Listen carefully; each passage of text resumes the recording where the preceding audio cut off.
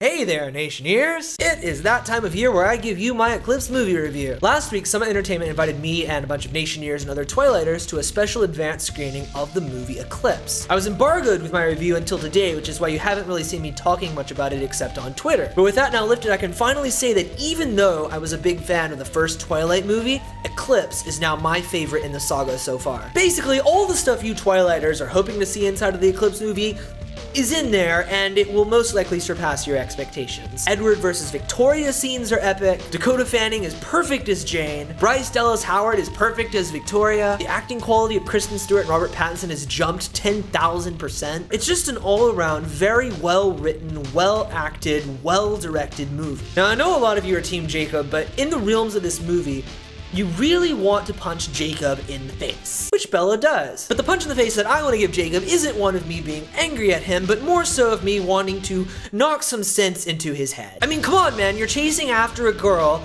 who will never love you, and it's obvious that she will never love you, and she only continues to hurt you as she leads you on and then runs back to Edward. Really, she makes me mad with all of her flip-flopping. Just pick one, pick one, pick one, pick one.